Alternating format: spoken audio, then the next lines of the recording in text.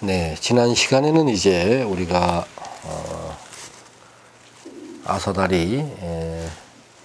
아사다리 신강성, 중앙아시아 신강성에서 시작이 돼서 고조선 시대에는 이제 돈왕에 있었고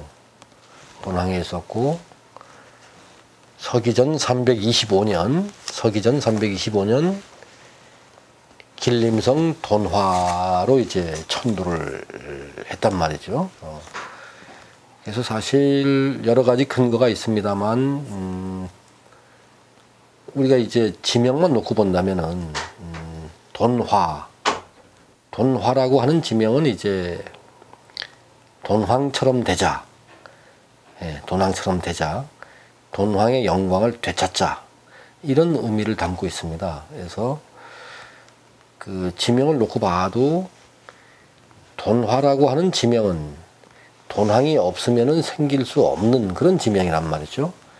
그래서 우리 아사달과 아주 밀접한 관련이 있다는 사실을 이제 알 수가 있습니다. 사실 이제 우리나라에서 그 돈황에 고조선의 도읍지 이제 아사달이 있었을 것이다. 이것을 제일 먼저 추정했던 분은 이제 제야사학자 임승국 선생님이었습니다. 임승국 선생님은 이제 전공은 법학이었던 걸로 알고 있습니다. 그런데도 우리 역사에 관심이 많으셔가지고 나중에는 이제 뭐 한평생 그 역사 연구만 하신 분이죠. 한단곡이라고 하는 책에서 제가 그 내용을 보고 마침 이제 중국에서 이제 오래 있을 수 있는 시간이 있어서 그래서 이제 돈황에 가봤죠. 갔더니만 실제로 돈황에는 그 약 한 2만여 기의 고분이 있습니다. 그러니까 전 세계에서 하나의 지역에 한 곳에 2만 기 정도의 고분이 있는 지역은 돈황이 유일합니다. 우리가 경주 뭐 천년 신라의 고도라고 합니다만 경주에 가면은 고분이 몇 개 정도 있습니까? 다 해도 한 5, 60기 정도밖에 안 되죠. 네. 천년 고도 경주에는 고분이 5, 60기밖에 안 된단 말입니다. 근데 돈황에는 이제 5, 600개도 아니고 5, 6천 개도 아니고 무려 2만 기 정도의 고분이 밀집해 있습니다. 그만큼 돈황에 있었던 어떤 그 역사의 주체, 돈황의 그 역사, 찬란한 역사가 영광이 대단했었다는 것을 알 수가 있습니다. 사실 많은 분들이 이제 우리 역사에 대해서 이야기를 합니다만 우리 아사달이 거쳐간 곳이다. 우리 아사달이 이제 거쳐간 곳이다 이렇게 하면은 반드시 몇 개의 특징이 있어야 됩니다. 몇 개의 특징. 그 뭐가 있어야 되겠습니까? 우선 성터가 있어야 된다는 거. 성터가. 우리 아사달은 반드시 그 낭낭고지와 대방고지가 있었다. 낭낭고지는 단군 왕검께서 이 천자이신 단군 왕검께서 이제 이 조상님이신 하느님을 받들 때 제사를 지낼 때 그 단군 왕검의 제사장 기능을 보좌하는 분들이 계신 곳입니다. 낭낭고지에는 이제 무군들이 많이 있었고 또 신녀들이 많이 있었죠. 또 하나의 고지가 있어야 되는데 이제 그게 대방고지입니다. 대방고지. 그곳에는 이제 단군 왕검께서 이제 정치를 하는 곳이죠. 정치. 그러니까 전 세계의 많은 그 제후들 또는 후국들 이런 분들 그 지역의 통치자들을 대리하는 분들이 이제 우리 아사달에 와 있었습니다. 예, 그분들이 되게 대방고지에 있었죠. 예. 그래서 이제 당군 왕검이 정치를 할 때는 이제 주로 대방고지에 오셔서 통치를 하시고 또 기도하고 또 뭐 당군 왕검은 이제 매일 아침에 해가 뜨기 직전에 일어나서 목욕 제기하고 태양을 맞게 되는데 뭐 그럴 때는 이제 낭낭고지에서 아침을 시작하시는 거죠. 예. 그래서 우리 아사달의 특징은 반드시 어느 지역에 가든 낭낭고지와 대방고지가 있었다. 이런 특징이 있는 겁니다. 그 낭낭고지와 대방고지에는 반드시 또 토성이 있어야 되는 겁니다. 예, 토성이. 그래서 이제 우리 아사달이 있었다 하면은 이제 그 아사달이 머물렀던 곳이다 하면은 고지가 있어야 되고 토성이 있어야 되고 그리고 이제 토성 이 고지 중에서 낭낭고지를 중심으로 이제 고분들이 분포하게 되는 겁니다. 낭낭고지를 중심으로. 그러니까 낭낭고지는 바로 그 당군 왕검이 이제 하느님과 소통하는 곳이고, 그리고 이제 또 우리 아사달의 중요 직책을 맡았던 그 통치자들이 이제 죽으면은 또 승천을 해야 되지 않습니까? 그래서 그 낭낭고지를 중심으로 이제 고분이 분포하게 되는 겁니다. 거기는 신의 영역이니까. 예. 그래서 한국에서 우리 남한에서 그 아사달의 모습을, 아사달의 도시구조 그 모습을 유일하게 볼 수 있는 곳이 나주입니다. 예, 나주입니다. 그러니까 이제 우리는 지금까지 이제 역사책, 기존의 역사책을 중심으로 이제 우리 역사를 이해를 하다 보니까 그 역사책에 나온 내용만 놓고 역사를 보다 보니까 이 역사책이 올바르게 쓰여진 역사책이라면은 우리가 읽어도 도움도 되고 또 역사를 이해하는데 꼭 필요하겠죠.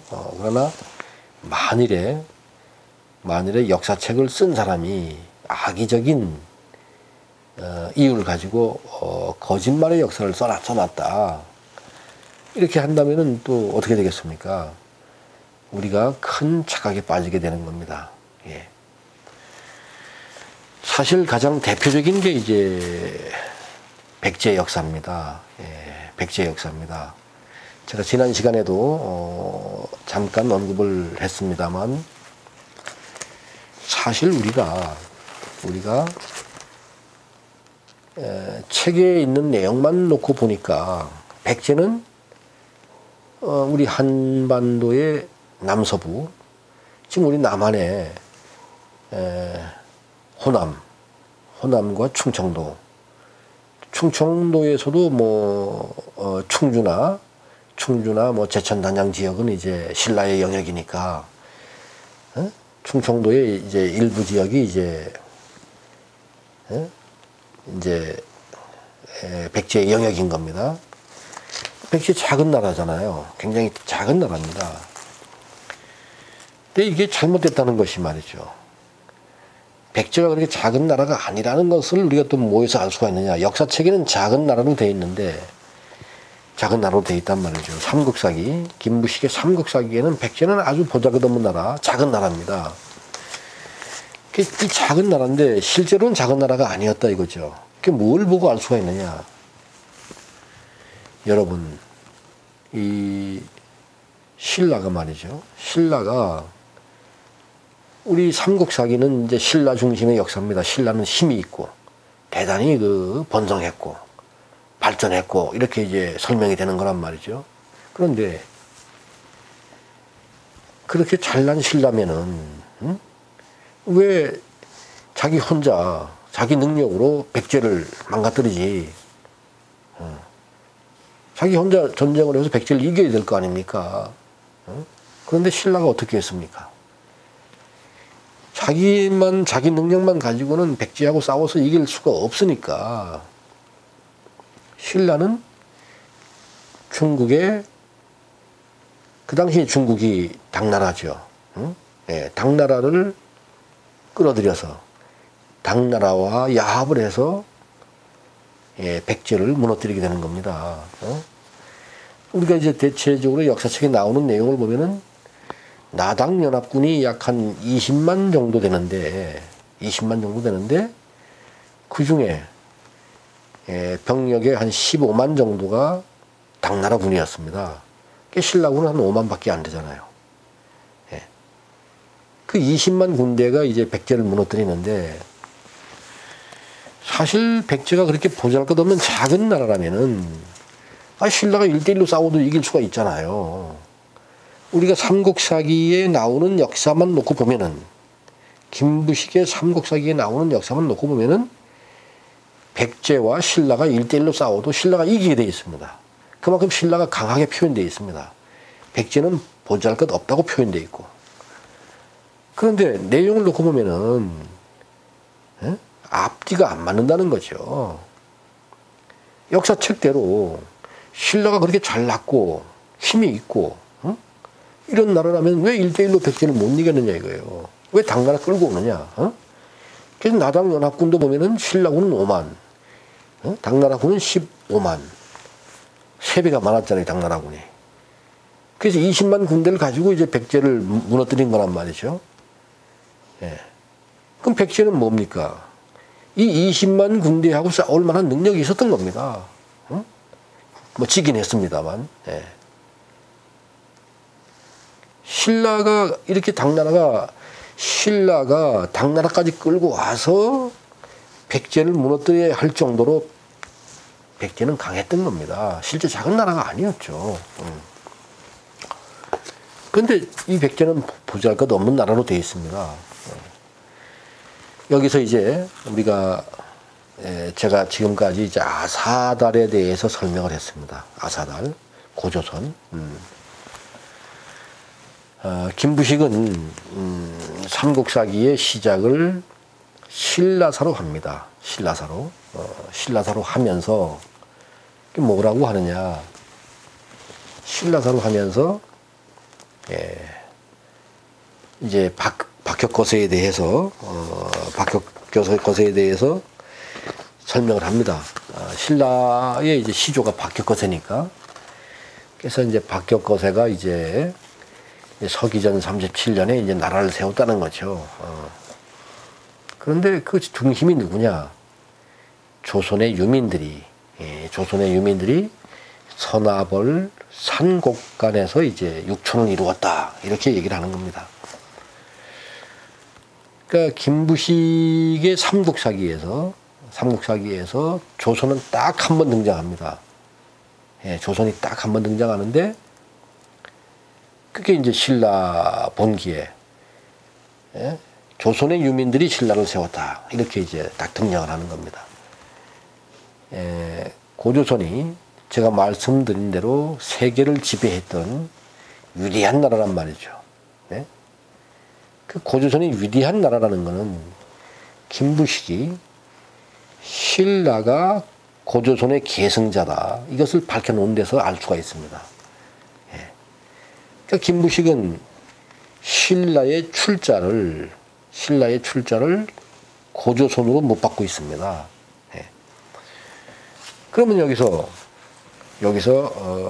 우리가 같은 김부식이가 삼국사기에서 고구려 백제의 출자를 어떻게 이야기하는가를 비교해 볼 필요가 있겠죠.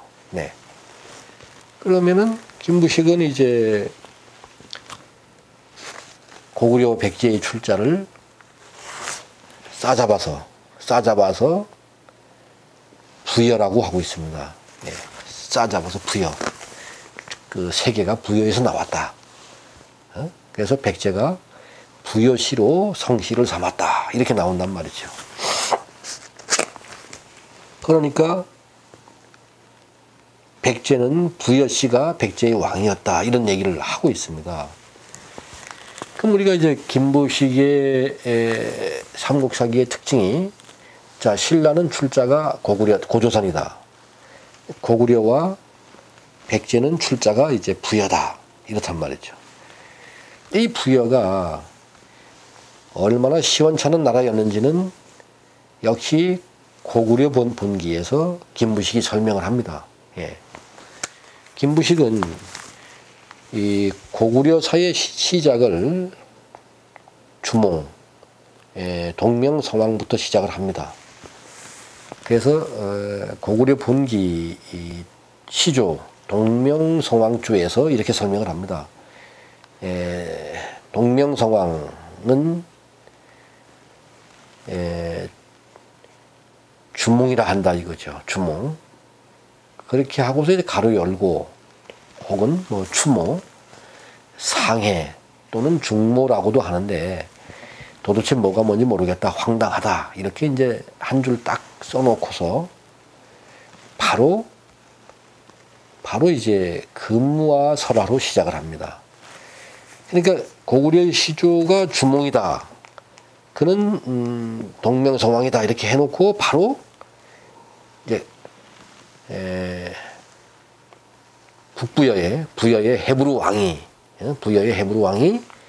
자식이 없어서 아들이 없어서 이제 산천에 이제 제사를 지내고 산천에 가서 이제 아들을 달라고 이제 기도를 했다는 겁니다.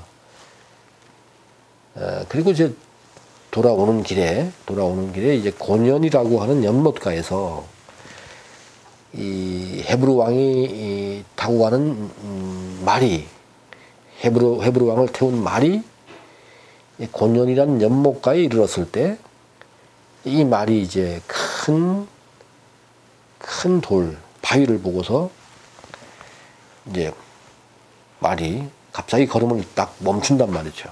예. 걸음을 멈추니까 이제 헤브루 왕이 참 이상한 일이 벌어진 겁니다. 말이 큰 돌 앞에서 걸음을 딱 멈추고 안 가는 겁니다. 그러면서 눈물을 흘리는 거예요, 말이. 이 눈물을 흘리니까 헤브루 왕이 깜짝 놀라서 이제 말에서 내려서 이제 부하들한테 저 돌을 한번 치워봐라, 밀어봐라 이렇게 시킵니다. 그 돌을 밀었더니만 그 돌 밑에 이제 금빛이 나는 그 머리가 개구리처럼 생긴 어린 아이가 있더라 이겁니다. 이게 참 중요한 거죠. 예. 우리는 이제 신화 또는 설화 이것은 이제 역사적인 의미가 없는 그냥 뭐 재미나게 쓴 그 옛날 이야기 뭐 이렇게 해석을 합니다. 그래서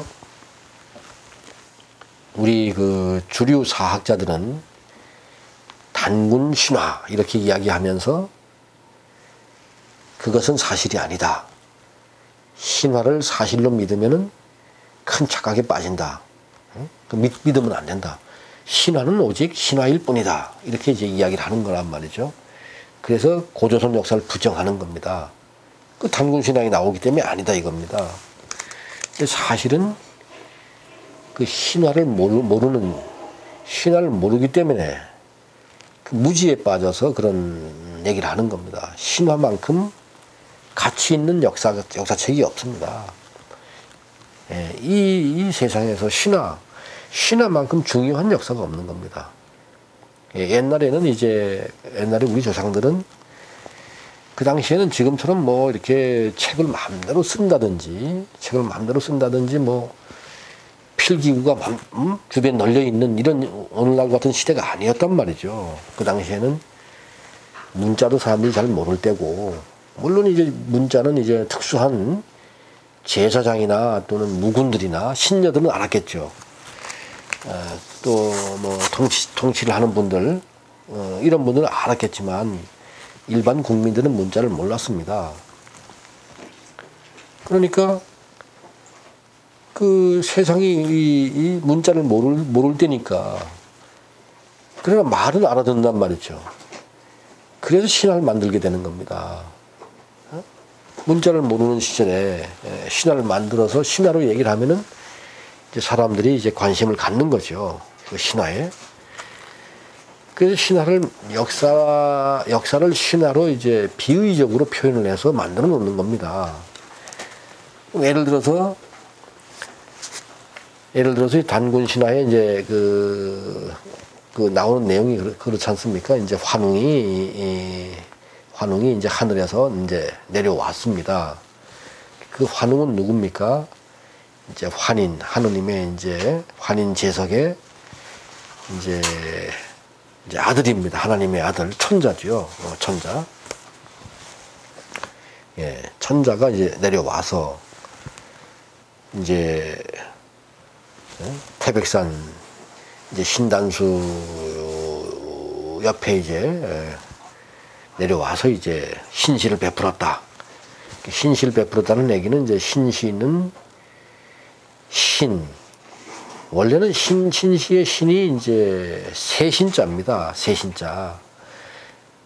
이제 우리 단군 신화에는 실제로는 이제 귀신 신자가 쓰여져 있습니다만은 원래는 이게 세신자입니다. 그래서 원래 시가 불로 발음이 났던 겁니다. 불로. 신시가 원래 불입니다. 불. 그러니까 우리가 이 한자를 보면은 시자하고 불자가 사실은 같은 겁니다. 그래서 그걸 시로도 발음하고 불로도 발음하는 건데, 이제 지금은 이제 약간 차이가 나는 걸로 이해를 하고 있습니다만 원래는 같은 겁니다. 그래서 신시를 우리가 세불 이렇게 읽을 수가 있는 거죠. 세불. 나중에 이 세불이 이제 서울이 됩니다. 서울. 그러니까 우리 대한민국의 수도 서울이라고 하는 이 도시의 이름은 신시에서 그 어원이 있다. 신시에 있다. 이렇게 볼 수가 있습니다. 그 신시가 이제 어디에서 시작이 되는 겁니까? 단군 신화의 시작이 되는 겁니다. 예, 나중에 이 신시가 뭐가 됩니까? 이제 아사달이 되는 거죠. 신시가 아사달이 되고, 이것이 이제 뭐 신라 시대에는 설화벌이 되고, 설화벌이 되는 겁니다. 예. 그리고 이제 뭐 고려 시대 때는 이제 개성, 예. 조선 시대, 이시조선 시대에는 한성, 서울입니다. 그 서울이 신시에서 신시의 어원을 두고 있다 제가 말씀을 드리지 않습니까? 네. 이렇게 그 단군 신화에 있는 신시라고 하는 그 하나의 개념은 역사적으로 굉장히 중요하지 않습니까? 굉장히 중요하잖아요. 예. 우리가 도읍지를 신시라고 한다는 걸 알 수가 있는 겁니다. 대한민국의 도읍지가 다 신시였던 겁니다. 그 신시의 뿌리가 단군 신화에 있는 환웅이 하늘에서 내려와서 처음 열었던 도읍을 했던 곳, 여기서 유래가 되는 거란 말이죠. 그러니까 단군 신화의 그 역사성, 상징성은 굉장한 거죠. 단군 신화가 없다면은 대한민국의 도읍시 이름들은 존재할 수가 없는 거죠. 예. 이렇게 단군 신화가 중요한 겁니다. 그러면 거기서 이제 환웅이 내려왔는데, 그때 이제 고마하고 호랑이가 있었다 이렇게 얘기를 하는 거 아닙니까? 그래서 이제 고마하고 호랑이가 사람이 되기를 서로 원했다. 거기서 이제 사람이 되기를 원했다 이렇게 얘기를 하는데, 이제 그걸 한자로 표현하면 인자입니다. 사람을 이제 인이라고 하는 건데, 그 인은 이제 실제로는 이제 우리가 오늘날은 이 사람을 인이라고 합니다만은 원래 인은 사람이 아닙니다. 이제 우리 선조들의 이 관념 체계에서는 이제 사람을 이제 네 부류로 만듭니다. 네 부류. 그래서 제일 밑에 하층민이 이제 백성민자, 민을 썼습니다. 그래서 민은 사실은 이걸 노예를 뜻하는 문자입니다. 노예를. 예. 민은 노예를 뜻하는 문자입니다. 그 다음에 이제 평민, 노예 위에 일반 평민을 뜻하는 그 상징적인 문자가 팔입니다. 팔. 제가 지난 시간에 우리 아사달은 중심에 태극이 있고 태극, 그 태극이 중앙에 있는 태극이 이제 낭랑과 대방 이렇게 됩니다. 낭랑과 대방. 그리고 이제 그 낭랑과 대방을 이제 팔가가 둘러싸고 있었단 말이죠. 팔가. 그래서 아사달 팔가. 이 팔이 굉장히 중요하다고 제가 설명을 드리는 겁니다. 그래서 일반 보통 사람을 팔로 표시하는 겁니다. 팔로. 그리고 이제 그 위에가 통치자. 이제 어질인자로 표시를 하죠. 어질인자. 요 민자가 이제 이게 노예를 뜻하는 거고, 노예를 뜻하는 겁니다. 그리고 이렇게 이제 이렇게 요것이 이제 아사달 팔가 평민을 뜻하는 거고, 평민. 그리고 이제 요런 한자가 있습니다. 이게 어질인자인데 통치자를 뜻하는 겁니다. 통치자. 그래서 이 통치자, 그러니까 우리 조상들의 이 관념 체계에서는 이제 크게 세 개로 나눴죠. 이제 맨 아래 노예들 민, 그 위에 이제 보통 평민들 팔, 그다음 통치자 어질인. 그다음에 이제 이게 지금은 사람인이라고 하는데 원래는 이게 신선인자입니다. 신선. 그러니까 이 백성을 통치하시던 이 단군 왕검이 이런 통치자가 이제 지상에서의 수를 다하고 하늘로 승천을 하면은 인이 되는 겁니다. 인이. 그러니까 우리가 인내천 이렇게 하면은 이 해석을 잘못해가지고 사람이 곧 하늘이다 이렇게 해석을 하지 않습니까? 우린 그렇게 해석을 했고 그렇게 알아왔지 않습니까? 잘못된 거죠. 이 인이 곧 하늘이다 이런 뜻입니다. 그 인이 누구냐? 세상을 통치하다가 올라가서 하늘에 올라가서 신선이 되신 분, 그게 인인 겁니다. 그러니까 지상에 살아있는 보통 사람들은 팔이고, 그건 보통 사람은 팔입니다. 사람 중에서도 노예는 민이고, 그러니까 우리 조상들의 관념 체계에서는 이렇게 이제 백성, 노예, 평민, 그리고 이제 어질인, 이분들이 통치자, 그리고 마지막에 인이 있는 겁니다. 그래서 인이 사람이 아닌 겁니다. 인은 곧 천자입니다. 천자. 그래서 인내천입니다. 인내천. 인이 곧 하늘이다. 이렇게 되는 겁니다. 그래서 우리가 홍익인간 하면은 우린 반대로 생각을 했죠. 인을 사람으로 해석하니까. 그러니까 이제 왜 이렇게 착각을 하게 되느냐? 왜 인을 사람으로 해석하게 되느냐? 우리가 백제 고구려가 멸망하고 나서 이제 신라가 이제 뭐 통일을 했다 이렇게 되는 거 아닙니까? 근데 사실은 그게 이제 뭐 통일이라기보다도 좀 불완전했죠. 그래서 이제 우리 한반도 남쪽에 주로 이제 신라가 이제 서게 되고 북쪽으로 이제 발해가 서게 되는 겁니다. 근데 사실은 뭐 삼국이 두 개의 나라로 바뀌게 되는 겁니다. 뭐 남북국 시대 이렇게 이제 얘기를 하는 분들도 있는데 신라가 통일 신라 이렇게 하면 안 되고 제가 봐도 남북국 시대라고 하는 게 맞습니다. 정확하게 표현하면 남북국 시대. 그 신라가 이제 힘이 없으니까 당나라가 이제 천자권을 백제에서 뺏어간 겁니다. 그 당시에 천자는 백제였습니다. 백제국이었는데 천자권을 뺏어가면서 우리 그 아사달의 문자, 아까 지난 시간에 제가 아사달의 문자가 대방에서 쓰던 행정문자가 에서다.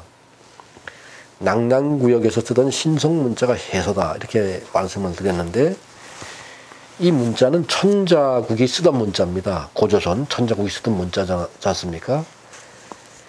그래서 천자국이 백제로 이어져 왔는데 이제 당나라로 뺏겼지 않습니까? 예. 그러니까 예서와 해서도 당나라께 되는 겁니다. 그게 천자국이 돼버렸으니까. 예. 당나라께 되는 겁니다. 그래서 이 당나라가 신라에게 예서와 해서를 사용하지 못하게 하는 거죠. 예. 천자국에서 쓰는 문자니까. 그래서 신라가 향찰, 이두, 향찰을 만들게 되는 겁니다. 그래서. 예. 그러니까 우리가 이제 문자, 우리 선조들이 쓰던 문자를 당나라한테 뺏겨서, 중국한테 뺏겨서 못 쓰게 됐단 말이죠, 한동안.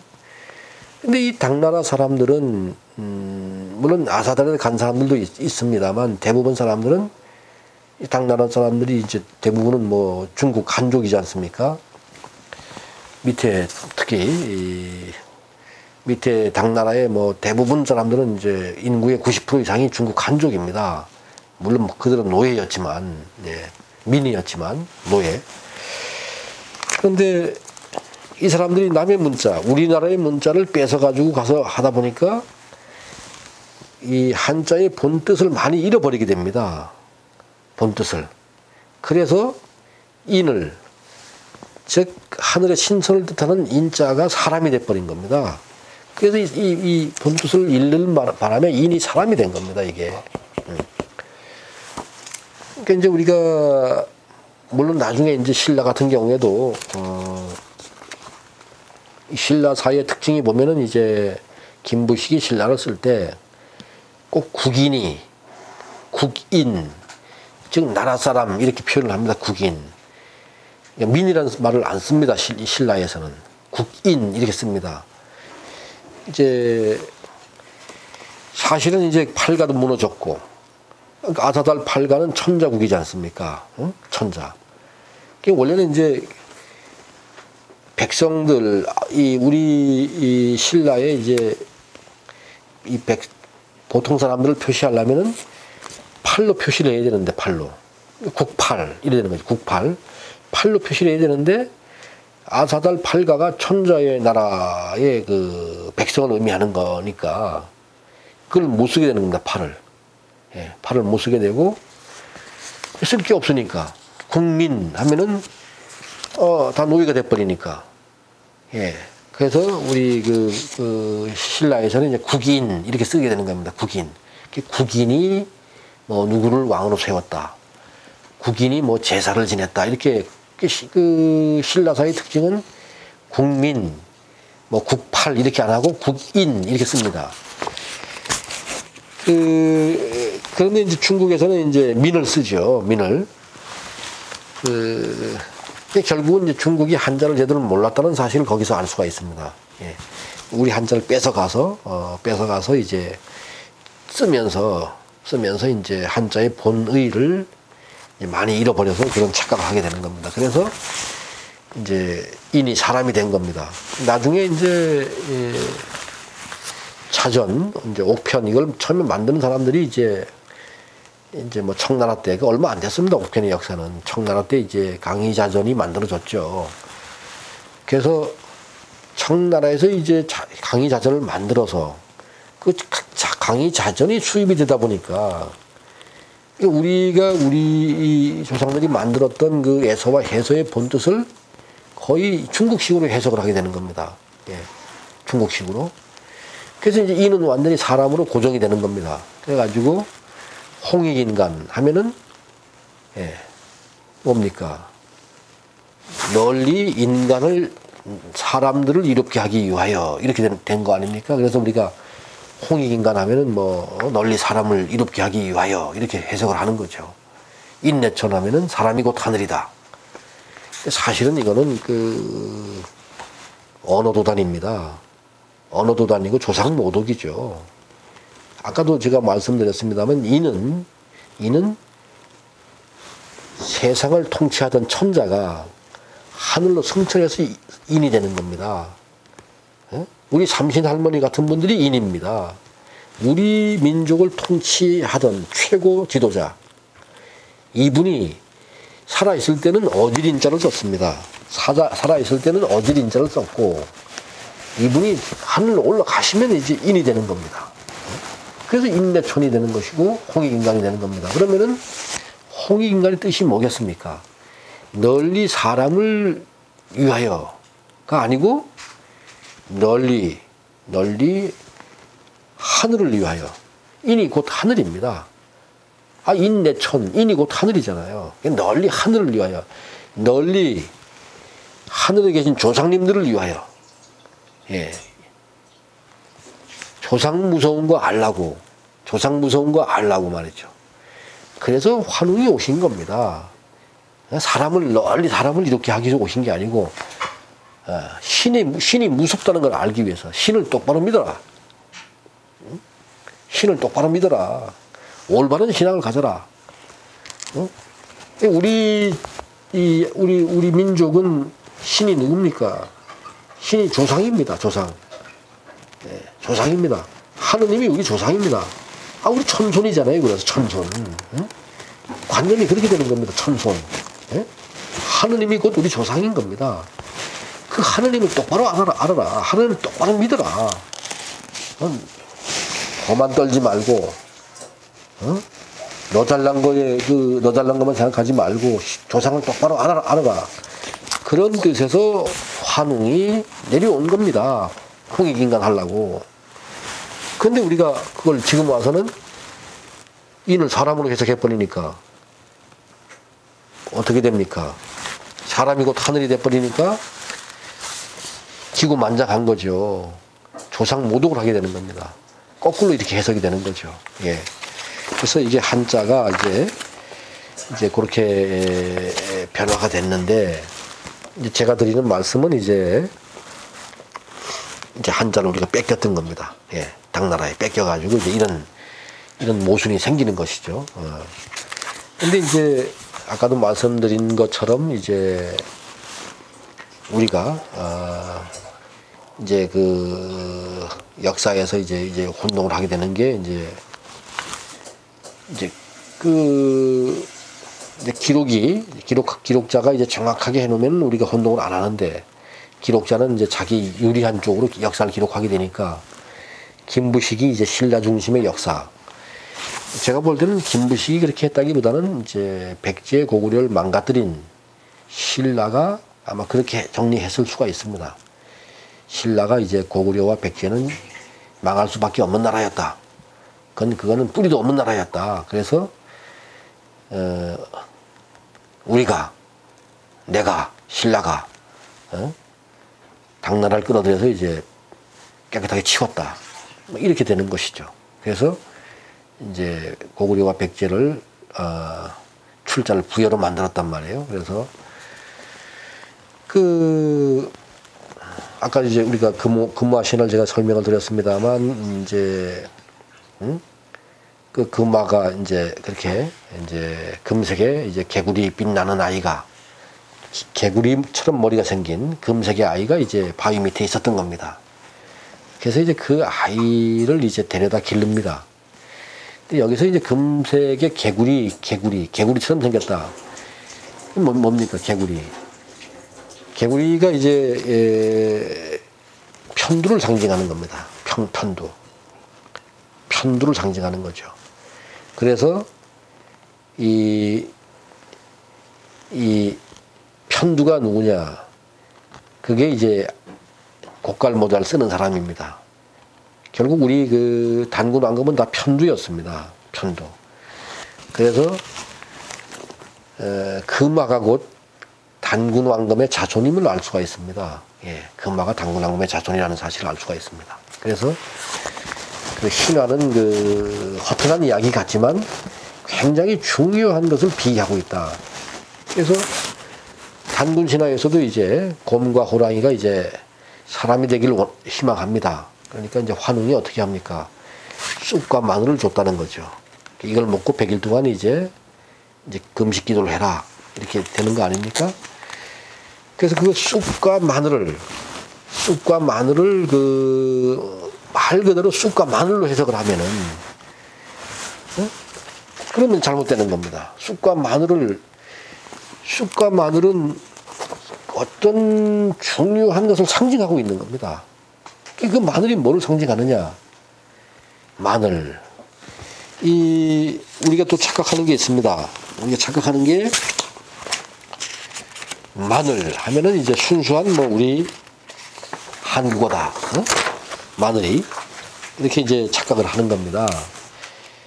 사실 우리 한국어 어휘에 제가 국어 선생을 했습니다만 학생들을 가르칠 때 우리 국어 어휘가 총 한 15만 개가 된다. 그 중에 한 70%, 즉 10만 개 정도가 한자에서 왔다. 그럼 나머지 한 5만 개 정도가 순수한 우리 국어다. 이렇게 가르쳤습니다. 저도 그런 줄 알았습니다. 그 중에 하나가 이제 마늘입니다. 마늘.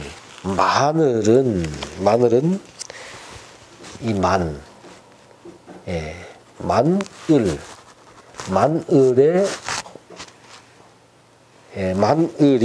마늘이 여름이 돼서 마늘이 된 겁니다. 예. 마늘의 어원이 이 만을입니다. 이 마늘이 누구냐?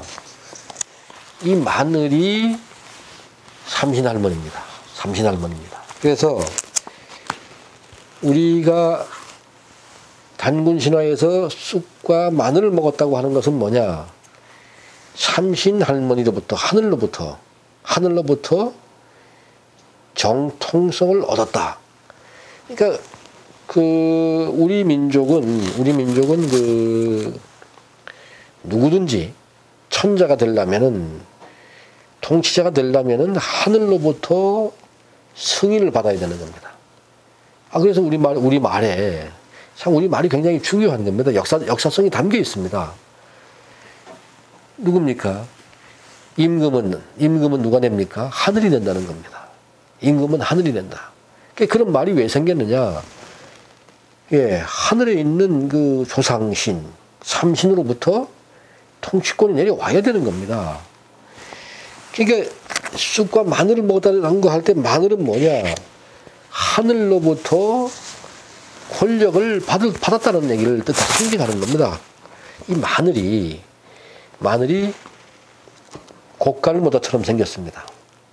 곶갈모다처럼 생겼습니다. 그래서 마늘이 등장하게 되는 겁니다. 그게 사람이 먹는, 우리가 식품으로 먹는 마늘이 아니고, 마늘이 아니고, 만을, 즉 삼신, 하늘의 조상신으로부터 승낙을 받는 것을 상징한다. 그게 통치 권력을 받게 됐다. 이런 뜻인 겁니다. 그럼 쑥은 뭐냐? 그 해석이 잘못된 겁니다. 원래 쑥자가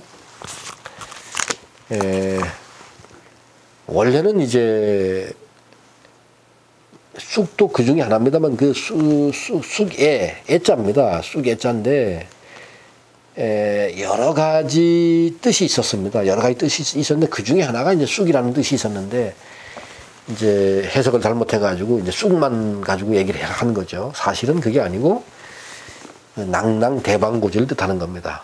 그 애자는 낭낭대방고지. 그래서 낭낭대방고지의 통치 권력을 달라고 서로 차지하려고 이제 했다 이런 얘기가 되는 겁니다.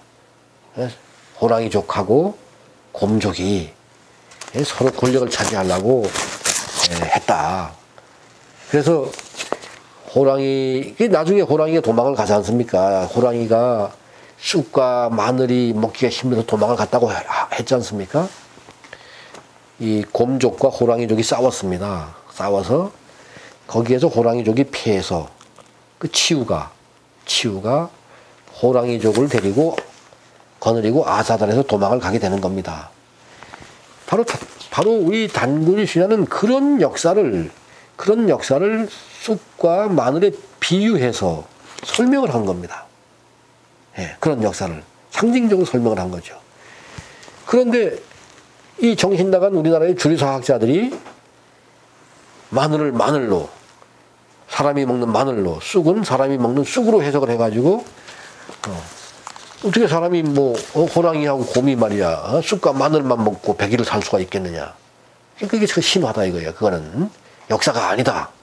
가치가 없는 거다. 이렇게 돼서 이제 그거를 믿지 말라는 거 아닙니까? 예, 이렇게 되는 거잖아요. 근데 신화는 그런 것이 아니다. 아까 제가 말씀드린 대로 굉장히 중요한 역사를 함축적으로 비의적으로 설명을 하고 있다. 그 이제 그 김부식이 고구려 본기에서 이제 시작을 동명성왕은 이제 추몽이라고 한다. 주몽이라고 한다. 딱 해놓고서 바로 이제 금화설화로 하는데 거기에 이제 나오는 내용이 바로 뭐냐. 헤브루가 자식이 없다는 겁니다. 그 자식이 없다는 거는 뭐냐. 아들이 없었다는 건 뭐냐면 실제 아들이 없었다는 게 아니고 그 아들은 뭐냐. 아들은 권력을 상징하는 겁니다. 예. 즉 헤브루는 불임 정권이다 이겁니다. 권력이 없는 정권이다 이거예요. 예? 그래서 산천에 가서 이제 하늘에 있는 조상신, 권력은 우린 조상신이 줘야 되는 거니까. 그래서 이 기도를 하고 권력을 달라고 오는 길에 곤전 연못가에서 이제 말이 이제 걸음을 멈추는 바람에 돌을 밀었더니만 그 돌 밑에서 이제 금화가 나오는 거 아닙니까? 예, 이것도 굉장히 중요한 겁니다. 돌 밑에서 금화가 나오는 이유가 뭐냐? 돌은 우리 역사에서 굉장히 중요한 겁니다. 돌을 모르면 우리 역사 얘기를 못 하는 겁니다. 예를 들어서 고인돌, 예, 고인돌. 이 고인돌 같은 경우에도 뭡니까? 왜 그 돌로, 그 큰 돌로 무덤을 썼을까요? 그 시절에 무슨 뭐 포크레인이나 뭐 크레인 같은 게 있는 것도 아닌데 그 큰 돌을 하나 옮기려고 하면 얼마나 힘이 들었겠습니까? 고창에 가면은 무려 300톤 정도 되는 그 큰 고인돌도 있습니다. 사람이 그 300톤 되는 고인돌을 움직이려고 하면 얼마나 힘이 들겠습니까? 그렇게 그 힘들여서 큰 돌을 갖다가 무덤을 쓴 이유가 뭐냐? 예. 돌은 우리 삼신 할머니가 자손들이 있는 지상으로 내려올 때 반드시 돌을 통해서 오게 되는 겁니다. 돌을 통해서. 그래서 이 돌은 곧 아까 말씀드린 삼신 할머니를 상징하는 겁니다. 그래서 금화가 돌 밑에서 나오는 이유는 금화가 편두이 없고 삼신 할머니로부터 권력을 내 자손들을 다스려도 좋다. 이런 권력의 통치자의 허락을 받은 겁니다. 그 금화가 어떻게 됩니까? 헤브루의 자식이 아들이 아닌데도 결국은 헤브루가 그 자기의 통치권을 금화한테 넘겨주지 않습니까? 예. 이렇게 통치권을 인정받은 사람이 누구냐? 금화란 말이죠. 금화. 예? 단군의 후손인.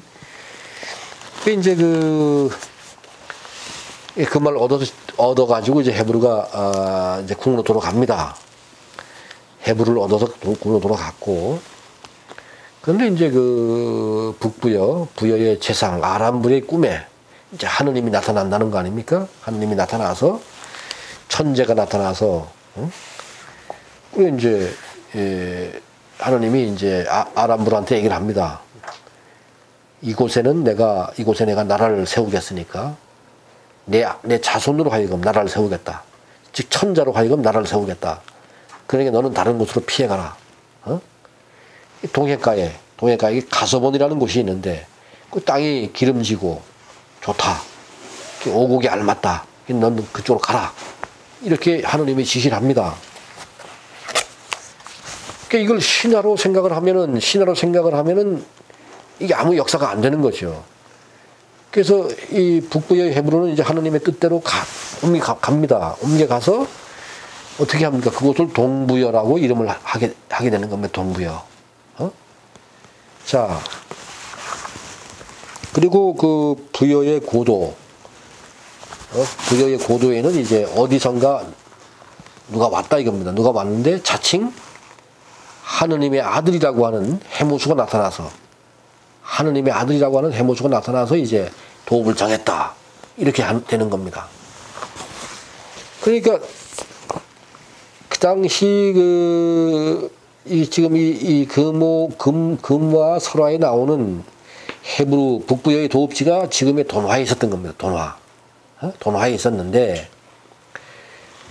제가 지난 시간에 이제 우리 아사달이 돈황에서 돈화로 왔다 설명을 드렸지 않습니까?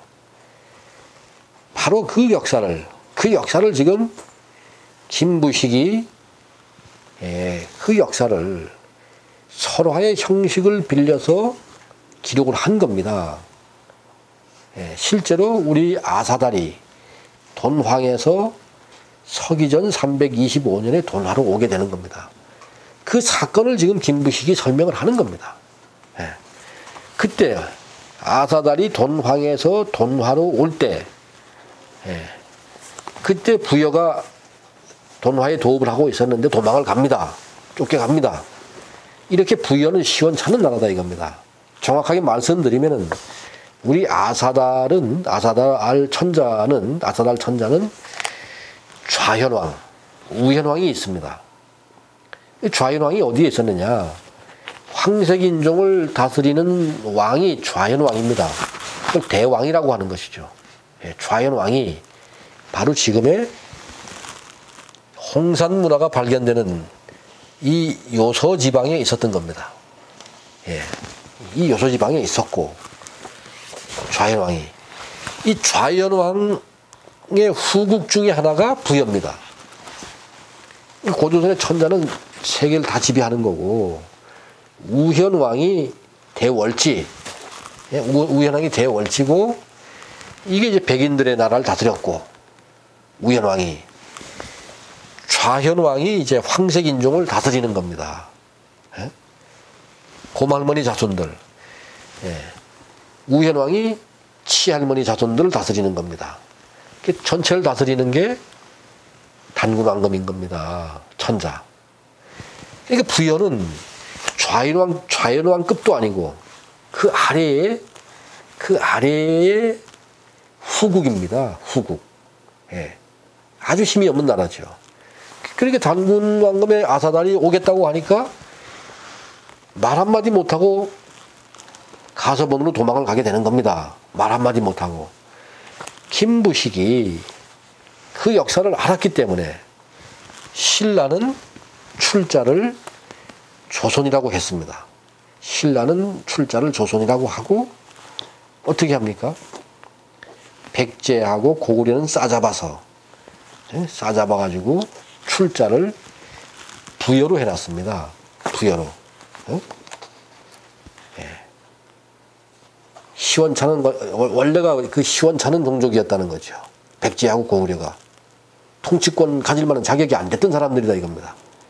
그래서 백제하고 고구려를 멸망시켰다.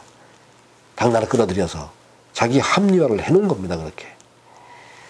그러니까 우리나라 주류 사학자들이 이 김부식이가 어떤 사람입니까? 그 사람은 사대주의자입니다. 김부식은.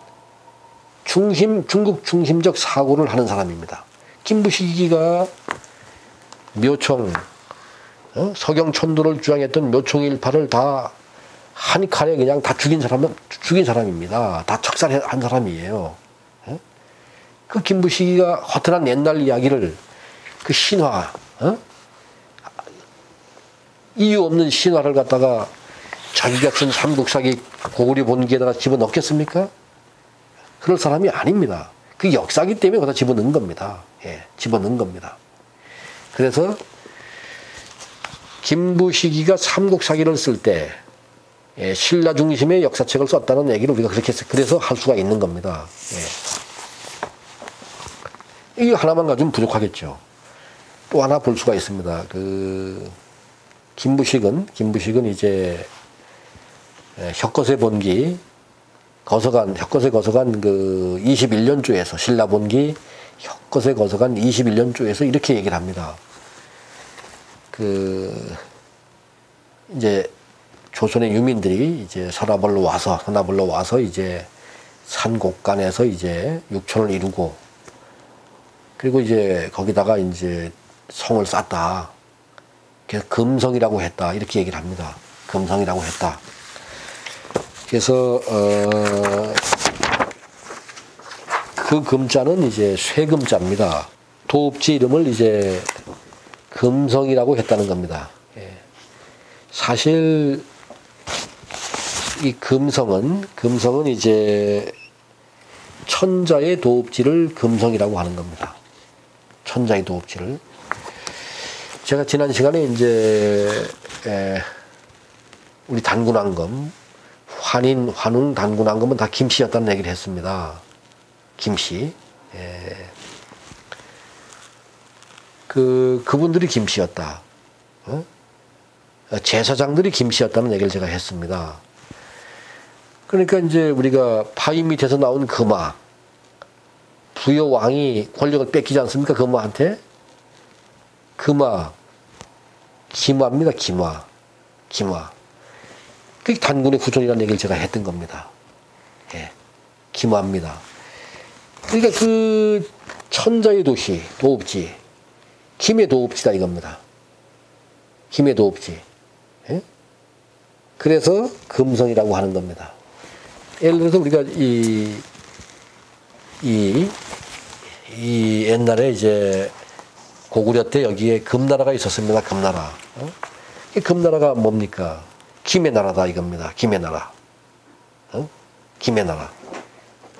자기네들이 이 환웅 단군왕검의 후손이라 하고 내세운 거죠. 예. 금나라를 세운 사람들이 누굽니까? 예. 금나라 세운 사람들이 자기네들의 출자를 신라라고 밝히고 있지 않습니까? 신라. 그래서 애신강라. 그 애신이 누구냐? 황제 혼혼이 애신이다.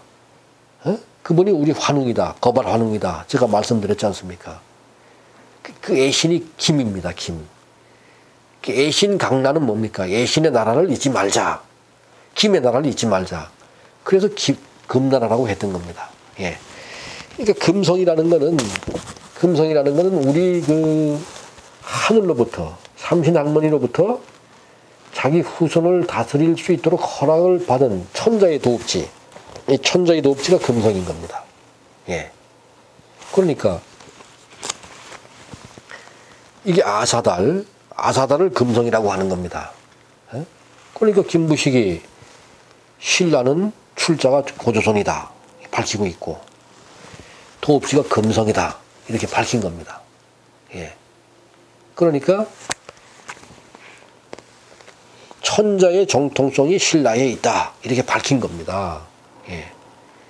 그리고 고구려하고 백제는 처음부터 정통성도 없는 거지 같은 사람들이 사람들을 속여서 왕이 됐다. 자격이 없다. 이런 얘기를 하는 겁니다. 그래서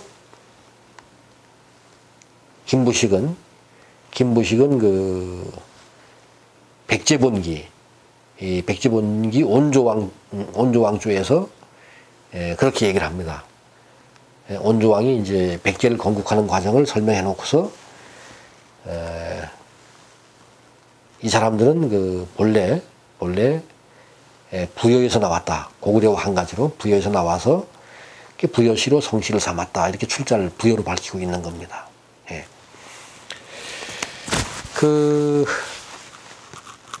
이제 부여. 근데 참 김부식이가 또 얼마나 기가 막히냐. 그래도 이제 주몽은 말이죠. 주몽은 해모수의 아들입니다.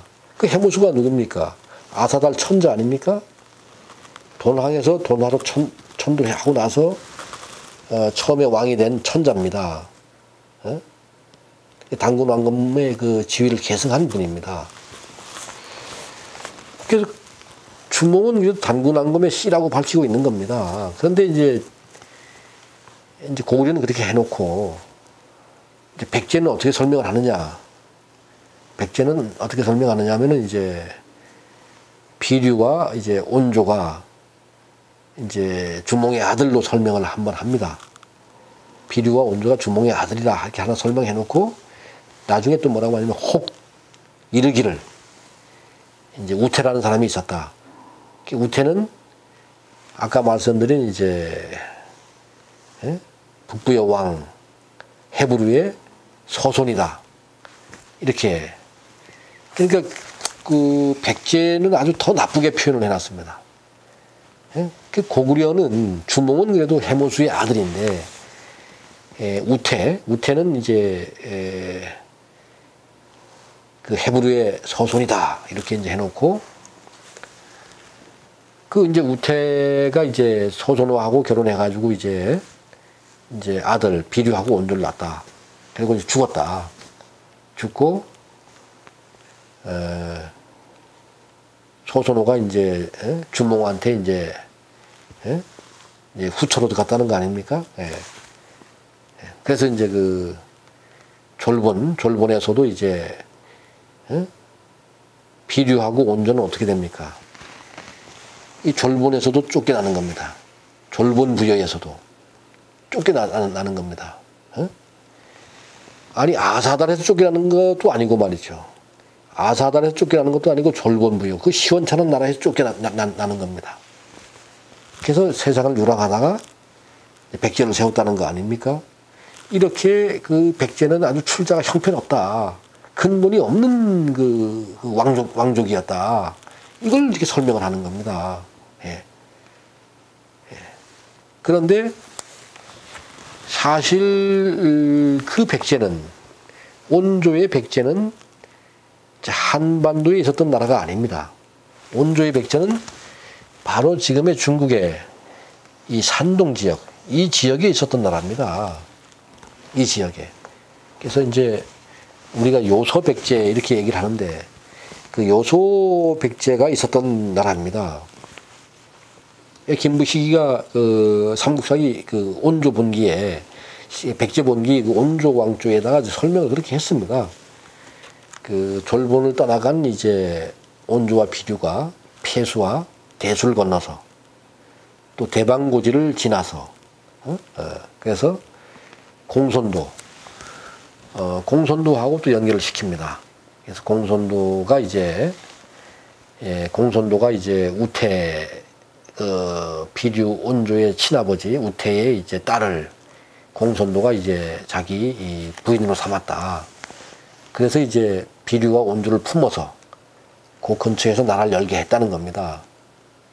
그러니까 그 말하자면 온조와 그 비류의 누나가 공손도한테 시집을 간 겁니다. 왕비가 된 거죠. 그래서 고 가서 기생을 해서 나라를 열 수가 있었다. 그게 요소백제를 얘기하는 겁니다. 원래 이게 요소 지방이 공손씨의 무대입니다. 요소 지방이. 그러니까 우리가 책에서 보는 백제는 우리 한반도에 있었던 백제가 아니고, 중국 대륙의 조그만한 그 요소 지방에 있었던 그 백제 이걸 갖다가 놓은 겁니다. 나중에 설명을 드리겠습니다만 백제는 그런 나라가 아닙니다. 아까도 제가 설명을 드렸습니다. 백제가 신라보다도 큰 나라입니다. 비교가 안 되게 컸죠. 아니 백제가 당나라하고 신라 연합군하고 싸워서 지긴 했지만 그 맞짱을 뜬 나라입니다. 나당연합군하고 맞짱을 떴습니다. 오늘날로 말하면은 호남 사람하고 충청도 사람들이 호남 충청도가 연합을 해가지고 영남 강원도 중국 연합세력하고 싸운 겁니다. 사실 오늘날 우리가 대한민국이 어떻습니까? 대한민국이 제가 지난 시간에 얘기를 했지만 중국도 아니고 말이죠. 북한이 무서워가지고 우리가 대한민국이 북한이 무서워서 전시작전권 전쟁이 나면은 대한민국 국군을 통솔하는 권리를 그 전시작전권을 미국이 지금 가지고 있는데 그 작전권을 한국한테 주겠다는 거 아닙니까? 근데 우리 못 받겠다는 거 아닙니까 지금? 우리 못 받겠다고 겁을 내잖아요. 왜 겁을 냅니까? 북한이 겁이 나서 못 받겠다는 겁니다. 그 당시 제가 지난 시간에 얘기했지만 백제가 아니 호남 충청도 연합 세력이 그 당시에 고구려는 아주 굉장히 큰 나라였습니다. 고구려도 계속 백제를 먹으려고 하고 있는 겁니다. 백제하고 그 위협 속에서도 이 백제가 신라 당나라 연합 세력하고 맞짱을 떴단 말이죠. 힘이 없으면 그렇게 못하는 겁니다. 자, 그렇게 작은 나라면 그렇게 못하는 겁니다.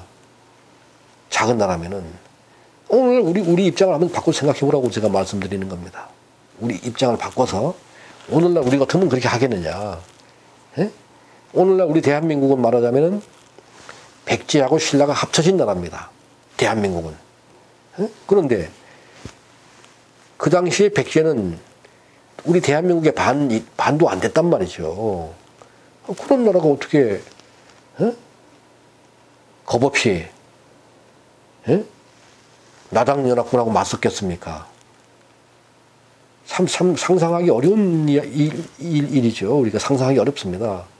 실제로는 백제는 그런 작은 나라가 아니었습니다. 고조선의 정통성을 김부식은 신라가 이었다고 했지만 실제로 고조선의 정통성을 백제가 이었던 겁니다. 네. 그럼 우리가 이제 그 백제의 도읍지는 이제 백제가 어디 있었는지 모르겠는데 어디 있었는지 모르겠다 이겁니다. 지금 우리나라 역사학계의 가장 큰 고민 중에 하나가 백제 초기 시대의 왕릉을 못 찾고 있는 겁니다. 백제 초기 시대의 왕릉이 없다는 겁니다. 안 보이는 겁니다. 그 백제가 초기에 하남 위례성에 도읍을 했다고 하니까 그 하남 위례성이 어딥니까? 이병로나 우리 주류사학계는 이제 지금의 하남시 그 일대가 이제 백제의 도읍지다 이렇게 생각을 하는 겁니다. 그게 맞다면은 거기에 뭐가 있어야 되겠습니까? 백제 왕릉이 있어야 되는 겁니다. 백제 왕릉이 없습니다. 수도권에 없잖아요. 공주와 부여에는 있습니다. 그러니까 어디선가 백제가 공주와 부여로 왔다는 건데 힌트가 있습니다. 자, 부여로 왔습니다. 부여로. 사비성, 부여로 왔습니다. 아까 제가 말씀드렸지 않습니까? 그 온조, 비류는 졸본 부여에서 나왔지 않습니까? 온조, 비류. 그 대륙 백제입니다. 대륙에 있던 백제가 당나라에 쫓겨서 수당, 선비족한테 쫓겨서 먼저 한반도로 온 겁니다. 그래서 공주로 도읍을 한 거죠. 이 백제는 대백제의 우현왕에 불과한 겁니다. 그러니까 요소에 있다가 선비족한테 쫓겨서 한반도로 온 그 사람들이 온조의 후손인 겁니다.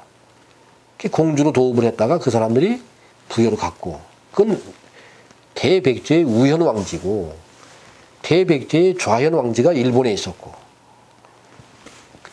대백제의 도읍지 진짜 도읍지 천자의 도읍지는 어디에 있었느냐? 그게 나주에 있었던 겁니다. 그게 나주에 있었던 겁니다. 백제의 정통성을 고조선의 정통성을 그 나주가 가져갔던 겁니다. 그래서 나주라고 하는 이름이 어디서 오느냐? 어디서 오느냐? 발라. 옛날에 언제부터인지 모르지만 거기가 발라였다는 겁니다. 발라 좀 들어본 이름 같지 않습니까? 신라와 대칭이 되는 이름입니다. 신라. 응? 서나벌이 그 초기 신라의 국호입니다. 서나벌이 초기 신라의 국호인데 백제의 초기 국호가 발라였던 겁니다. 나주에 있었던 백제의 초기 국호가 발라. 그런데 아까 제가 금성의 이야기를 했습니다. 김부식이가 지금의 경주가 금성이다 이렇게 표현을 했습니다. 신라의 도읍지가 금성이다. 금성이 어디에서 나옵니까? 지금의 나주의 금성이라는 이 지명이 또 나온단 말이죠. 그런데 나주의 금성이 어떻게 설치가 되느냐? 우리가 이제 이 삼국사기를 또 김무식의 삼국사기를 보면은 참 놀라운 내용이 나옵니다. 아니 백제가 망했는데 백제의 도읍지가 당시에 이제 부여라면서 부여라고 했지 않습니까? 부여. 백제가 망했는데 당나라가 말이죠. 부여는 내버두고, 예? 부여는 내버두고 나주에다 대방군을 설치합니다. 당나라가 직접 다스리는 땅이 된 겁니다. 나주가. 아니 백제는 도읍지가 공주에 있었다고 부여에 있었다고 하면서 그러면 당나라가 대방군을 설치를 어디다 해야 되겠습니까? 부여에다 해야 되는 겁니다. 에? 아니 그 백제를 망가뜨리고 지들이 이제 직접 다스리겠다고 하는 거니까 그 백제의 도읍지가 부여 삽이라면은 당연히 대방군은 부여에다 설치를 해야죠. 그런데 택도 없이 나주에다 대방군을 설치를 하는 겁니다. 예. 나주에다가. 그래서 물론 이제 6년밖에 안 됩니다만 백제가 망하고 6년 동안 당나라가 나주를 직접 통치했습니다. 대방군을 설치해서. 이거는 말이죠. 나주가 백제의 도읍지가 아니라면 있을 수가 없는 얘기입니다. 그렇잖아요. 아니 백제가 망했는데 왜 대방군을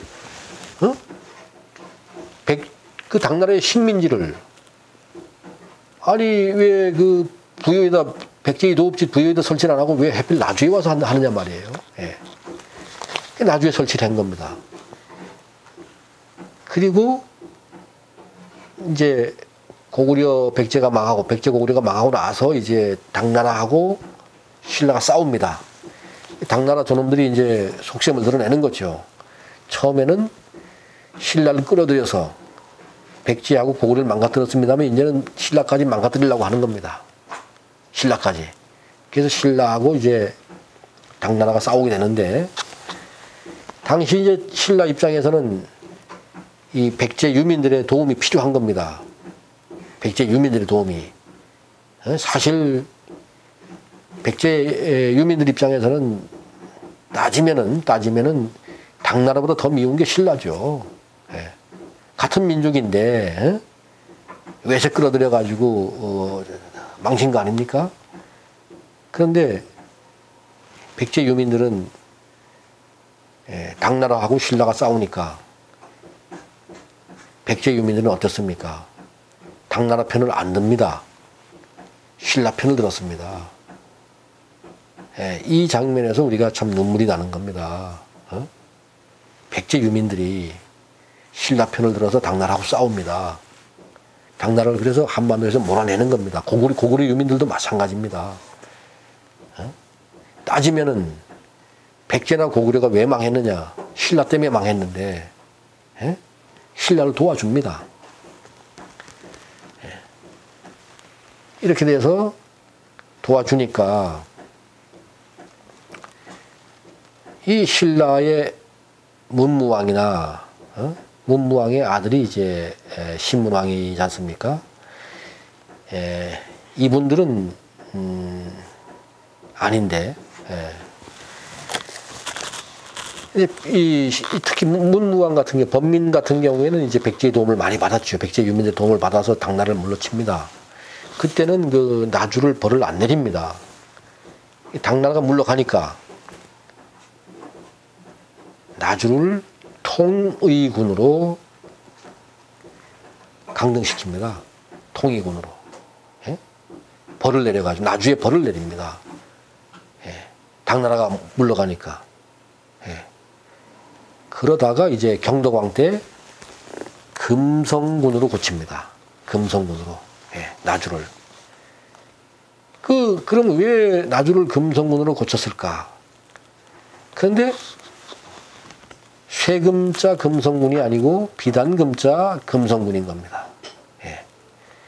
쇠금자 금성군하고 비단금자 금성군은 하늘과 땅 차이입니다. 쇠금자 금성군이 금성이 그게 바로 천자의 도읍지고 위대한 도시입니다. 예. 근데 비단금자는 그게 역사성이 없습니다. 백제 유민들이 계속해서 나주를 금성으로 불렀던 겁니다. 아무리 신라가 벌을 내려서 나주를 통일로 만들고 뭐 다른 이름으로 아무리 바꿔도 백제 유민들이 받아들이지 않은 겁니다. 금성으로 부르는 겁니다. 하늘에는 태양이 하나밖에 없지 않습니까? 두 개의 태양이 존재할 수가 없잖아요. 예. 금성도 하나밖에 없는 겁니다. 두 개가 있으면 안 됩니다. 아, 경주가 금성인데, 예? 이제 자기네들이 뭐 당나라를 끌어들였던 뭐를 했던 그래도 권력을 잡았지 않습니까? 경주가 금성인 겁니다. 나주가 금성이라고 하니까 참 이게 안 되는 거죠. 그래서 나주의 쇠금자 금성을 결국은 그 비단금자 금성으로 바꿔주는 겁니다. 그래서 나주가 비단금자 금성으로 바뀌게 되는 겁니다. 예. 망한 나라의 도읍지기 때문에 쇠금자 금성에서 비단금자 금성으로 바뀌는 겁니다. 예. 우리가 이러한 여러 정황들을 놓고 보면은 나주가 대백제 천자가 계시는 고조선의 정통성을 백제가 이어받았고, 예? 우리 고조선은 3조선 체제가 돼야 된단 말이죠. 삼한체제, 예? 3조선 체제. 좌현왕 우현왕이 있어야 된단 말이죠. 좌현왕 우현왕이 나오는 것이 백제밖에 없습니다. 그 정통성을, 고조선의 정통성을 백제가 이어받았다고 볼 수가 있는 거죠. 그리고 그 도읍지가, 천자의 도읍지가 바로 나주에 있었다. 예. 이렇게 되는 겁니다. 이거 말고도 나주에는 이제 천자의 도읍지를 상징하는 많은 상징물이 있습니다. 예. 그런데 이제 백제가 망하고 나서 신라가 그 나주 백제의 역사, 그 천자의 역사를 살려주면 안 되니까 백성들이 그거 알면은 자기네들 신라 김씨 세력을 왕으로 인정 안 할 거니까 백제가 정통성이 있는데, 그래서 그 백제의 대백제의 역사를 없앤 겁니다. 없애고 우현왕, 백제의 일부분이죠. 일부분. 우현왕의 역사, 그 온주 백제의 역사를 백제의 역사로 바꿔치기를 해놓은 거죠. 우리는 지금 우리가 삼국사기에서 보는 백제는 나주 백제, 대백제의 역사가 아니라 온주 백제의 역사를 보는 겁니다. 예, 온주 백제의 역사. 그게 작은 나라인 거죠. 예. 그게 우리가 착각에 빠져 있었던 겁니다. 그렇게.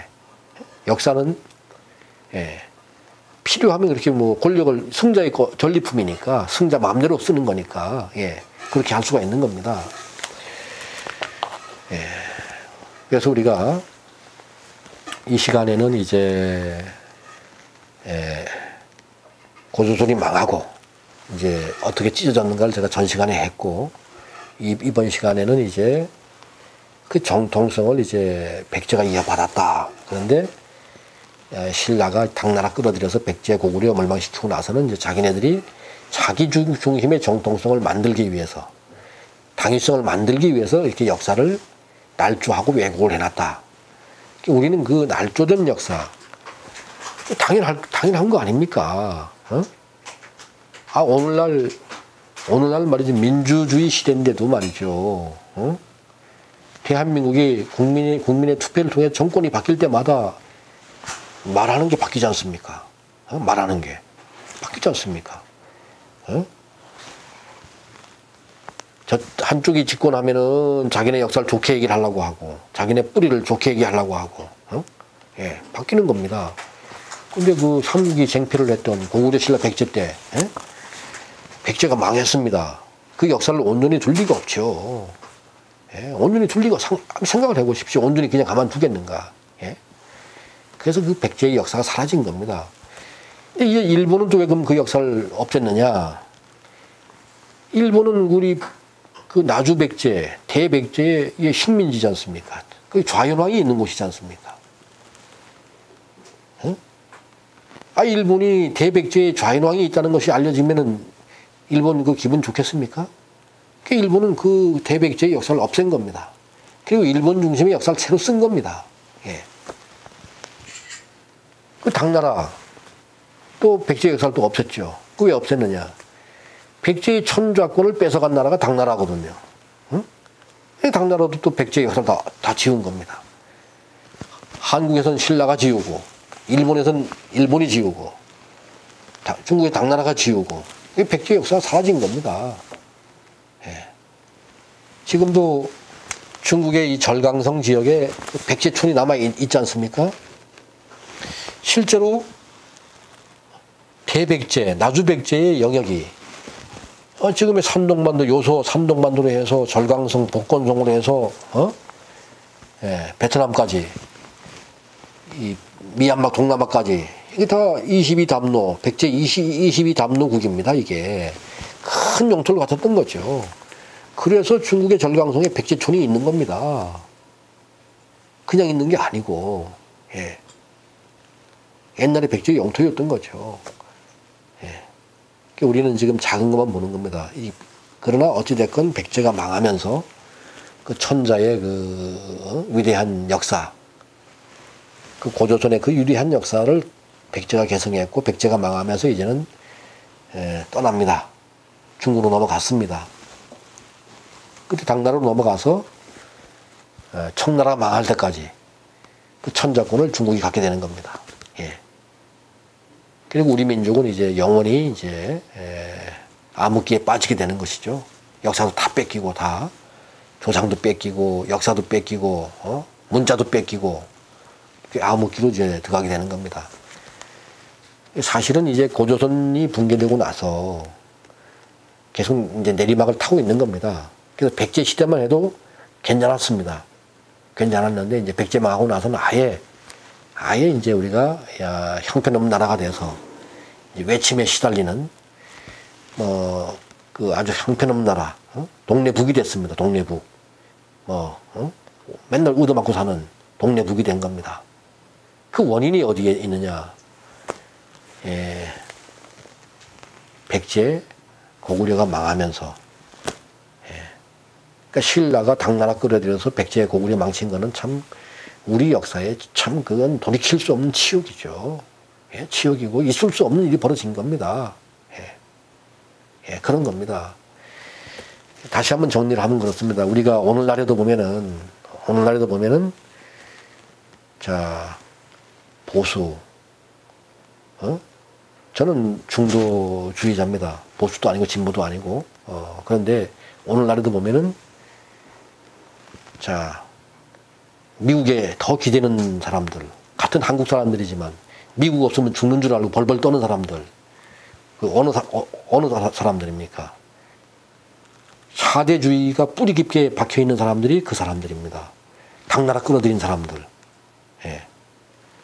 저는 지역 감정을 일으키고 싶은 마음은 전혀 없습니다. 역사 자체가 그렇습니다. 그래서 토인비가 역사는 반복한다고 했던 겁니다. 예.